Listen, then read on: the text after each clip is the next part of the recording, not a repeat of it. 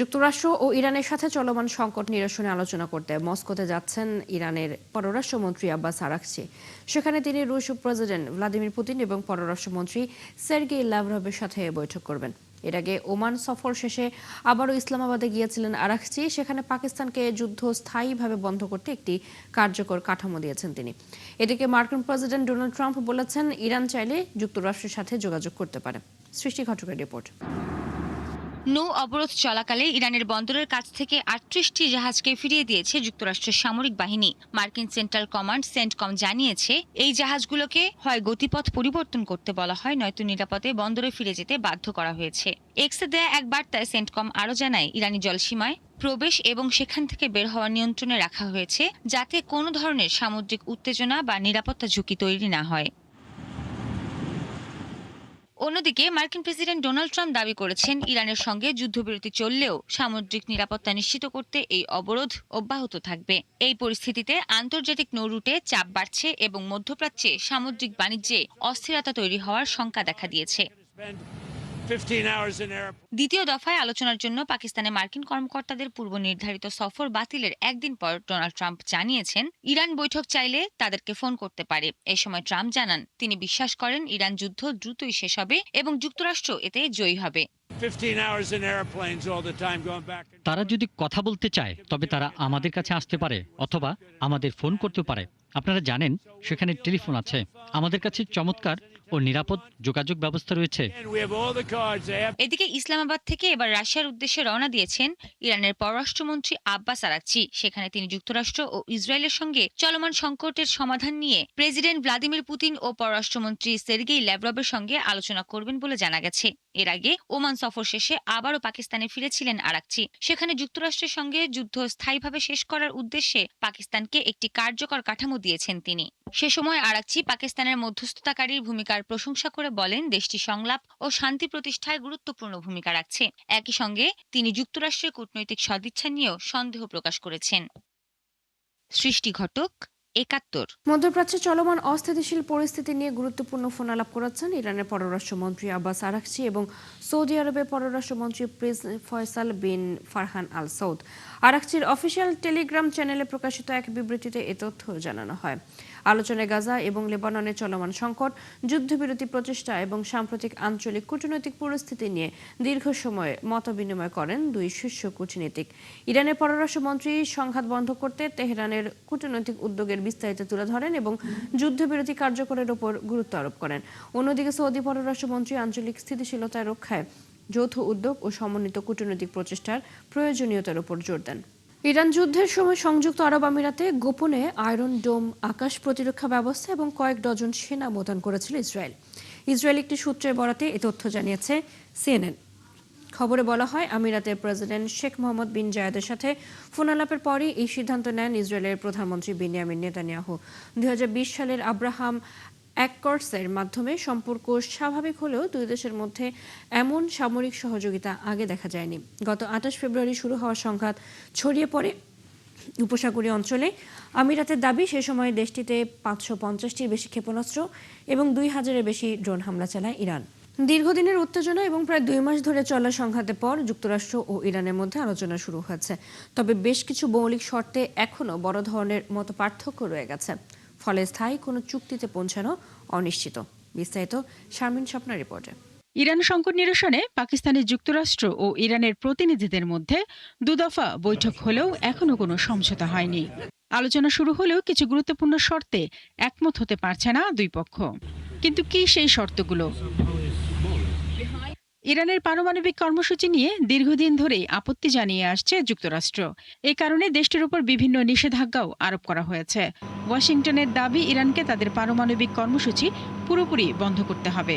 তবে তেহরান এ শর্ত মানতে রাজি নয়। তাদের বক্তব্য, কোনো সীমাবদ্ধতা থাকলে তা নির্দিষ্ট সময়ের জন্য হতে পারে, স্থায়ীভাবে নয়। ইরানের ইউরেনিয়াম মজুদ নিয়েও রয়েছে বিরোধ। বর্তমানে ইরানের কাছে প্রায় 400 কেজি উচ্চমাত্রায় সমৃদ্ধ ইউরেনিয়াম রয়েছে। মার্কিন প্রেসিডেন্ট ডোনাল্ড ট্রাম্প চান এই মজুদ পুরোপুরি যুক্তরাষ্ট্রের নিয়ন্ত্রণে দেওয়া হোক, তবে ইরান এ প্রস্তাব সরাসরি প্রত্যাখ্যান করেছে। সংঘাতের সময় ইরান কৌশলগতভাবে গুরুত্বপূর্ণ হরমুজ প্রণালী বন্ধ করে দেয়। পরে এটি খুলে দেওয়া হলেও চুক্তি না হওয়া পর্যন্ত ইরানের বন্দরগুলোর উপর অবরোধ বজায় রাখে যুক্তরাষ্ট্র। এ বিষয়ে ইরান স্পষ্ট জানিয়েছে, তাদের বন্দর থেকে অবরোধ প্রত্যাহার না করা পর্যন্ত হরমুজ প্রণালীতে জাহাজ চলাচলের উপর বিধিনিষেধ বহাল থাকবে। অন্যদিকে দীর্ঘমেয়াদী চুক্তির অংশ হিসেবে ইরান তাদের উপর থেকে সব নিষেধাজ্ঞা প্রত্যাহার এবং বিদেশে আটকে থাকা প্রায় $20 বিলিয়ন ফেরত দেওয়ার দাবি জানিয়েছে। এছাড়া যুদ্ধের ক্ষয়ক্ষতির জন্য বড় অঙ্কের ক্ষতিপূরণও দাবি করেছে তেহরান। তাদের দাবি, যুক্তরাষ্ট্র ও ইসরায়েলের হামলায় হওয়া ক্ষতির জন্য প্রায় $270 বিলিয়ন ক্ষতিপূরণ দিতে হবে। শারমিন স্বপ্না, একাত্তর। মধ্যপ্রাচ্য সংঘাতে বেশি আলোচনায় গুরুত্বপূর্ণ সব জ্বালানি পথ। হরমুজ প্রণালীতে মার্কিন ইরান মুখোমুখি অবস্থান মনে করিয়ে দেয় 80-র দশকে ইরান ইরাক ট্যাঙ্কার যুদ্ধের কথা। সে সময় আটকে থাকা ট্যাঙ্কার ছাড়াতে অভিযানে নামে যুক্তরাষ্ট্র। যদিও সেই অভিযানে ন্যাটোকে পাশে পেয়েছিল মার্কিন বাহিনী, তবে এবার সে প্রেক্ষাপট ভিন্ন। বিস্তারিত আরাফাত ইসলামের রিপোর্টে।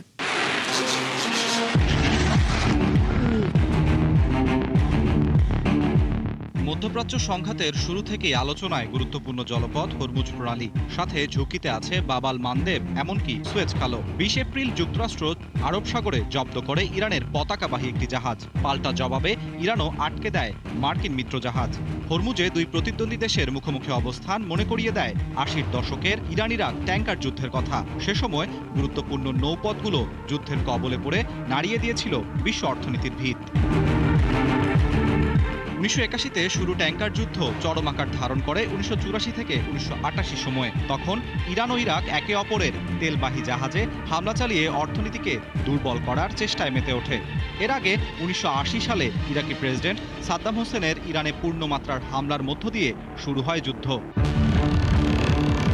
পরিস্থিতি জটিল হয়ে ওঠে যখন ইরান হরমুজ প্রণালী বন্ধ করার হুমকি দেয়।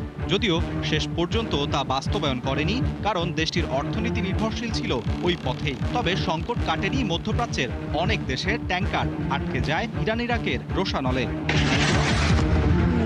বছরটা 1987। প্রেসিডেন্ট রোনাল্ড রিগানের নেতৃত্বে যুক্তরাষ্ট্র শুরু করে অপারেশন আর্নেস্ট উইল। চলে 14 মাস। এই সময়ে মার্কিন নৌবাহিনীর জাহাজগুলো উপসাগরে টহল দেয়, মাইন অপসারণ করে এবং ইরানের স্থাপনায় হামলা চালায়। 1988 সালে একটি মার্কিন জাহাজ ক্ষতিগ্রস্ত হওয়ার পর যুক্তরাষ্ট্র শুরু করে অপারেশন প্রেইং ম্যান্টিস। ইরানের নৌশক্তির বিরুদ্ধে শুরু হয় বড় আকারের অভিযান। শেষ হয় 1988 সালের আগস্টে। বর্তমান পরিস্থিতির সাথে সে সময়ের মিল স্পষ্ট। সমুদ্র পথের উত্তেজনা অস্থির করেছে বৈশ্বিক জ্বালানি বাজারকে। তবে এবারের সংঘাতে কিছুটা পার্থক্য রয়েছে। 80-র দশকে যুক্তরাষ্ট্রের পাশে ছিল ন্যাটো মিত্ররা, তবে এবার যুক্তরাজ্য সহ অনেক মিত্রদেশ সরাসরি এই সংঘাতে জড়াতে অনীহা দেখিয়েছে।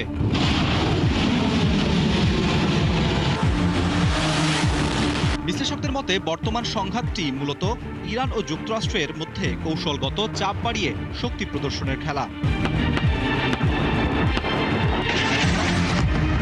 আরাফাত ইসলাম, একাত্তর। লেবাননের দক্ষিণাঞ্চলে ইসরায়েলি বিমান হামলায় নারী ও শিশু সহ অন্তত 14 জন নিহত হয়েছেন, আহত আরও 37 জন। রবিবার এই হামলা চালানো হয়। একই দিনে দক্ষিণ লেবাননে চলমান উত্তেজনার মধ্যে এক ইসরায়েলি সেনা নিহতের খবরও নিশ্চিত করেছে তেল আবিব। যুদ্ধবিরতি কার্যকর থাকা সত্ত্বেও গত কয়েকদিন ধরে পাল্টাপাল্টি হামলায় পরিস্থিতি আবারও উত্তপ্ত হয়ে উঠেছে। ইসরায়েলি প্রধানমন্ত্রী বেনিয়ামিন নেতানিয়াহু বলেছেন, যে কোনো তাৎক্ষণিক বা পরিকল্পিত হুমকির বিরুদ্ধে ব্যবস্থা নেওয়ার অধিকার রয়েছে ইসরায়েলের। এদিকে ইসরায়েলি সেনাবাহিনী দক্ষিণ লেবাননের 7টি শহরের বাসিন্দাদের এলাকা ছেড়ে সরে যাওয়ার নির্দেশ দিয়েছে, যা নতুন করে উত্তেজনা আরও বাড়িয়ে দিয়েছে। ইসরায়েলি অবরোধ ভেঙে মানবিক সহায়তা পৌঁছে দিতে গাজার দিকে আসছে গ্লোবাল সুমুদ ফ্লোটিলার ইতিহাসে সর্ববৃহৎ নৌবহর। গত 12 এপ্রিল স্পেনের বার্সেলোনা থেকে ঐতিহাসিক যাত্রা শুরু করেছে সর্ববৃহৎ এই নৌবহর। গ্লোবাল সুমুদ ফ্লোটিলার বোর্ড সদস্য ফাতিহ ভারুল আনাদুলুকে জানান, তুর্কি প্রতিনিধি দল এই উদ্যোগের অন্যতম গুরুত্বপূর্ণ অংশ। গ্লোবাল সুমুদ ফ্লোটিলা গাজায় ইসরায়েলের অবরোধ ভাঙা, মানবিক সহায়তা পৌঁছে দেয়া এবং সেখানে চলমান পরিস্থিতির প্রতি আন্তর্জাতিক দৃষ্টি আকর্ষণের লক্ষ্য নিয়ে গঠিত হয়েছে। আয়োজকরা জানিয়েছেন এই মিশন আন্তর্জাতিক আইনের আওতায় পরিচালিত হচ্ছে এবং ফিলিস্তিন সিভিল সোসাইটি, আইন বিশেষজ্ঞ ও সামুদ্রিক বিশেষজ্ঞদের সাথে সমন্বয় করে করা হচ্ছে। স্প্রিং 2026 মিশনটি 12 এপ্রিল বার্সেলোনা থেকে যাত্রা শুরু করে, যেখানে প্রায় 70টি জাহাজ এবং 70টি দেশের প্রায় 1000 অংশগ্রহণকারী রয়েছে। যুক্তরাষ্ট্রের ওয়াশিংটনে হোয়াইট হাউসের সংবাদদাতাদের বার্ষিক নৈশভোজের অনুষ্ঠানে গুলির ঘটনায় হতবাক হয়েছেন বিশ্ব নেতারা। বন্দুকধারীর হামলায় কোনো হতাহতের ঘটনা না ঘটায় স্বস্তিও প্রকাশ করেছেন তারা। হামলার ঘটনায় প্রতিক্রিয়া জানিয়ে এক্সে এক পোস্টে ব্রিটিশ প্রধানমন্ত্রী কিয়ার স্টারমার বলেন, ওয়াশিংটনে হোয়াইট হাউস সংবাদদাতাদের ডিনারের গুলির দৃশ্য তাকে হতবাক করেছে। সেই সাথে গণতান্ত্রিক প্রতিষ্ঠান বা সংবাদপত্রের স্বাধীনতার উপর যে কোনো হস্তক্ষেপের কঠোর নিন্দাও জানান তিনি। ফরাসি প্রেসিডেন্ট ইমানুয়েল ম্যাক্রন বলেছেন, ঘটনাটি অগ্রহণযোগ্য। গণতন্ত্রের সহিংসতার কোনো স্থান নেই। ডোনাল্ড ট্রাম্পের প্রতি তার পূর্ণ সমর্থন রয়েছে বলে জানান ম্যাক্রন। ভারতের প্রধানমন্ত্রী নরেন্দ্র মোদী বলেছেন, প্রেসিডেন্ট ট্রাম্প, ফার্স্ট লেডি এবং ভাইস প্রেসিডেন্ট নিরাপদ ও অক্ষত আছেন জেনে তিনি স্বস্তি পেয়েছেন। গণতন্ত্রে সহিংসতার কোনো স্থান নেই এবং হামলার নিন্দা জানিয়েছেন মোদী। এছাড়া পাকিস্তানের প্রধানমন্ত্রী শাহবাজ শরীফ এই হামলার নিন্দা জানিয়েছেন। ওয়াশিংটন ডিসির যে হিলটন হোটেলে ট্রাম্পের নৈশভোজে গুলির ঘটনা ঘটেছে, সেই একই স্থানে গুলিতে আহত হয়েছিলেন সাবেক মার্কিন প্রেসিডেন্ট রোনাল্ড রিগানো। সেদিন তিনি হোটেলে এক বক্তৃতা শেষে গাড়িতে ওঠার সময় তাকে লক্ষ্য করে 6টি গুলি করে হামলাকারী জন হিংকলি জুনিয়র। গুলিতে রিগান গুরুতরভাবে আহত হলেও প্রাণে বেঁচে যান। আরও জানাচ্ছেন দেওয়ান মুবাশিরা হোসেন। ওয়াশিংটনের কানেকটিকাট অ্যাভিনিউর হিলটন হোটেল, একই স্থান যেখানে ইতিহাসের অন্যতম আলোচিত হামলার শিকার হয়েছিলেন সাবেক মার্কিন প্রেসিডেন্ট রোনাল্ড রিগানো। 1981 সালের 30 মার্চ এক বক্তৃতা শেষে হোটেল থেকে বের হয়ে গাড়িতে উঠতে যাচ্ছিলেন প্রেসিডেন্ট রোনাল্ড রিগান। ঠিক সেই মুহূর্তেই হামলাকারী জন হিংকলি জুনিয়র তাকে লক্ষ্য করে 6 রাউন্ড গুলি ছোড়ে। গুলিগুলো সরাসরি না লাগলেও প্রেসিডেন্টের বুলেট প্রুফ লিমুজিনে আঘাত লেগে ছিটকে এসে তার শরীরে ঢুকে পড়ে। এতে তার পাঁজরের হাড় ভেঙে যায় এবং একটি ফুসফুস ক্ষতিগ্রস্ত হয়। গুরুতর আহত অবস্থায় দ্রুত তাকে জর্জ ওয়াশিংটন ইউনিভার্সিটি হাসপাতালে নেওয়া হয়। দীর্ঘ 11 দিন চিকিৎসার পর হাসপাতাল থেকে ছাড়া পান তিনি। এই ঘটনায় হামলাকারী জন হিংকলিকে মানসিকভাবে অসুস্থ বিবেচনায় আদালত নির্দোষ ঘোষণা করে। তবে তাকে ওয়াশিংটনের সেন্ট এলিজাবেথ হাসপাতালে কড়া নিরাপত্তায় রাখা হয়েছিল। পরে 2016 সালে তাকে মুক্তি দেওয়া হয়। শনিবার একই হোটেলে বন্দুক হামলার ঘটনায় প্রেসিডেন্ট ডোনাল্ড ট্রাম্পকে দ্রুত নিরাপদে সরিয়ে নেওয়া হলেও ইতিহাসের কেন্দ্রে রয়ে গেছে সেই 1981 সালের হামলা, যেখানে অল্পের জন্য প্রাণে বেঁচে গিয়েছিলেন তৎকালীন মার্কিন প্রেসিডেন্ট রোনাল্ড রিগান। ঐতিহাসিক ওই ঘটনার স্মৃতিচিহ্ন হিসেবে হিলটন হোটেলের পাশেই একটি ফলক স্থাপনা করা হয়েছে, যেখানে সংরক্ষিত রয়েছে সেই ভয়াবহ দিনের স্মৃতি। দেওয়ান মুবাশিরা হোসেন, 71। যুক্তরাষ্ট্রের প্রেসিডেন্টের নিরাপত্তায় রয়েছে বিশেষ বাহিনী। সিক্রেট সার্ভিস নামে গঠিত ওই বাহিনীর মাধ্যমে প্রেসিডেন্টের নিরাপত্তা দেওয়া হয়। এমনকি প্রেসিডেন্ট হওয়ার পর থেকে আজীবন তাদের এই বাহিনী নিরাপত্তা দেয়। এরপরও বিশেষায়িত এই বাহিনীর নিরাপত্তা সত্ত্বেও হত্যার চেষ্টা করা হয়েছে বিভিন্ন মার্কিন প্রেসিডেন্টকে। সর্বশেষ শনিবার মার্কিন প্রেসিডেন্ট ডোনাল্ড ট্রাম্পের ওপর হামলা চেষ্টার ঘটনা ঘটে। এছাড়া যুক্তরাষ্ট্রের সাবেক 4 প্রেসিডেন্ট হত্যার শিকার হয়েছিলেন। বিস্তারিত মনিরুজ্জামান বাবুর রিপোর্টে।